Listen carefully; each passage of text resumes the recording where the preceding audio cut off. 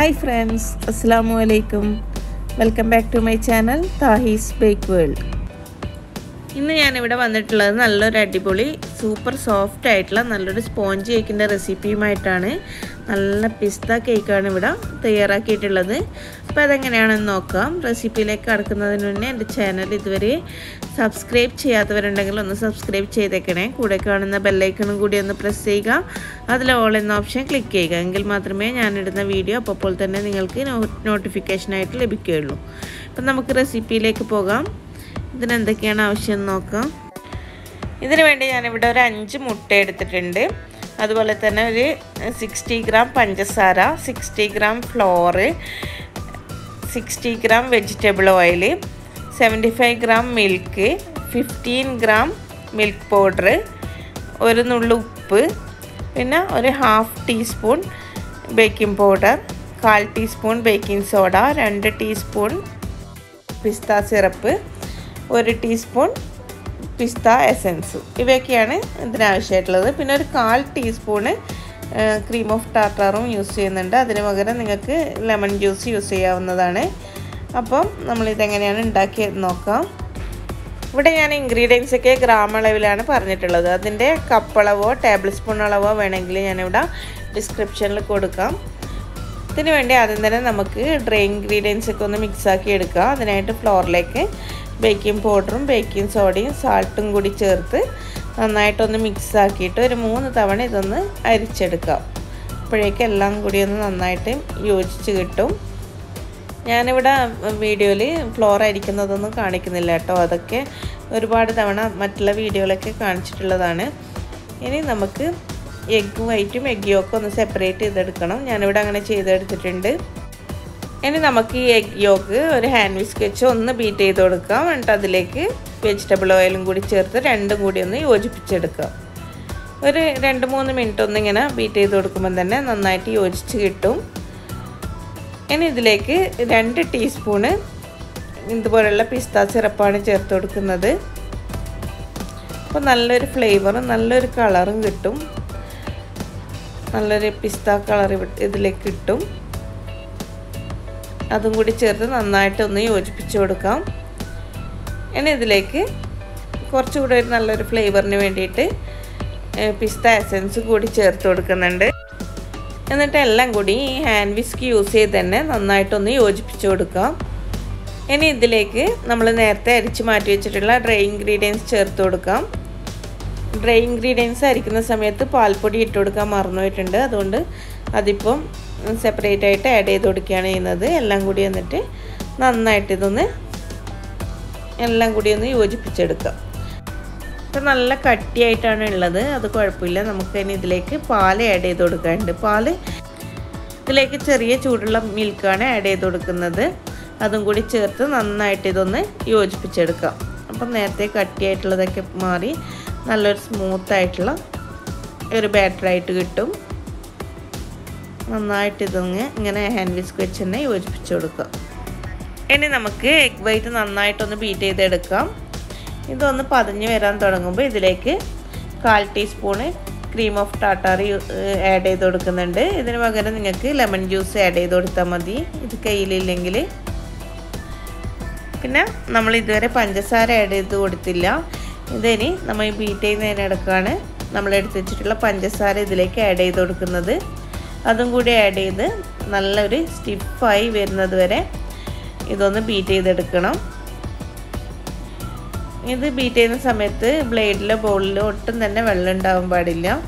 അങ്ങനെ ഉണ്ടെങ്കിൽ നമുക്ക് നല്ലൊരു സ്റ്റിഫായിട്ട് കിട്ടില്ല എഗ് വൈറ്റ്. അതൊന്നും ഇല്ലാണ്ട് നല്ല ഡ്രൈ ആയിട്ടുള്ള ബൗളാണെങ്കിൽ നമുക്ക് പെട്ടെന്ന് തന്നെ ഇത് ബീറ്റ് ചെയ്തെടുക്കാൻ പറ്റും. ഇപ്പോൾ ഇവിടെ എഗ് വൈറ്റ് നന്നായിട്ട് ബീറ്റായി കിട്ടിയിട്ടുണ്ട്. ഇനി നമുക്ക് ഈ ബീറ്ററിൻ്റെ ആവശ്യമില്ല. ബീറ്റർ അങ്ങ് വെക്കാം. ഇനി നമുക്ക് ഹാൻഡ് വിസ്ക് കൊണ്ട് തന്നെ എല്ലാം കൂടി ഒന്ന് മിക്സ് ചെയ്ത് കൊടുത്താൽ മതി. നമ്മൾ നേരത്തെ മിക്സ് ചെയ്ത് വെച്ചിട്ടുള്ള ആ കൂട്ടി എഗ് വൈറ്റിലേക്ക് ഒഴിച്ച് കുറച്ചായിട്ട് ഒഴിച്ച് നമുക്കിത് ഈ ഹാൻഡ് വിസ്ക് യൂസ് ചെയ്ത് തന്നെ ഇതൊന്ന് യോജിപ്പിച്ചെടുക്കാം. കുറച്ചായിട്ട് യോജിപ്പിച്ച് കൊടുത്താൽ മതി. ഈ എഗ്ഗ് പതഞ്ഞ് വന്നത് അങ്ങ് താഴ്ന്നു പോകാത്ത വിധത്തിൽ ഇതിങ്ങനെ കുറച്ചായിട്ട് ആഡ് ചെയ്ത് കൊടുത്ത് യോജിപ്പിച്ചെടുക്കാം.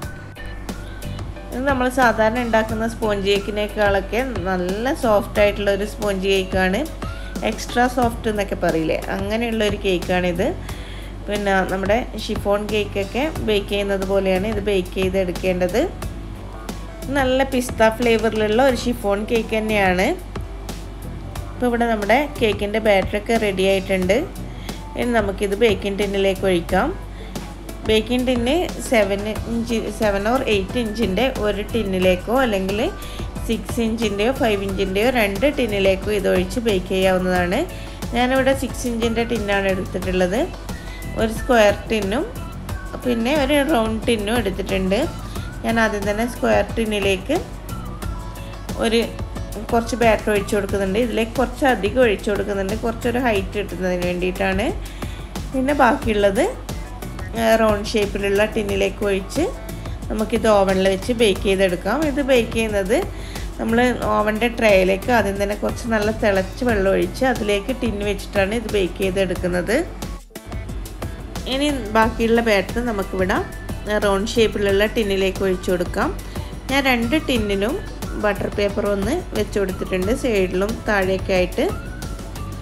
അപ്പം ബാറ്ററൊക്കെ മുഴുവനായിട്ട് ഒഴിച്ച് ഇത് രണ്ടും ഒന്ന് ടാപ്പ് ചെയ്തെടുക്കണം. 2 ടിന്നും നന്നായിട്ടൊന്ന് ടാപ്പ് ചെയ്യുക. നല്ല എയറി ആയിട്ടുള്ള ബാറ്ററാണ്, അപ്പം കുറേ എയർ ബബിൾസൊക്കെ അതിലേക്ക് കുടുങ്ങിയിട്ടുണ്ടാവും. അതൊക്കെ ഒന്ന് പോയി കിട്ടുന്നതിന് വേണ്ടി നന്നായിട്ടൊന്ന് ടാപ്പ് ചെയ്ത് കൊടുക്കാം. അതിനുശേഷം ഒരു സ്ക്വയർ കൊണ്ടും ഇതുപോലെ ഒന്ന് ചെയ്ത് കൊടുക്കുന്നുണ്ട്. അപ്പോൾ അതിനിടയ്ക്കൊക്കെ കുടുങ്ങിയിട്ടുള്ള വലിയ എയർ ബബിൾസൊക്കെ ഉണ്ടെങ്കിൽ അങ്ങ് പോയി കിട്ടും. ഇനി നമുക്കിത് ഓവനിലേക്ക് മാറ്റാം. ഓവനിലേക്ക് മാറ്റിയതിന് ശേഷം ഓവൻ്റെ ട്രേയിലേക്ക് നല്ല തിളച്ചുകൊണ്ടിരിക്കുന്ന വെള്ളം ഒഴിച്ചു കൊടുക്കുന്നുണ്ട്.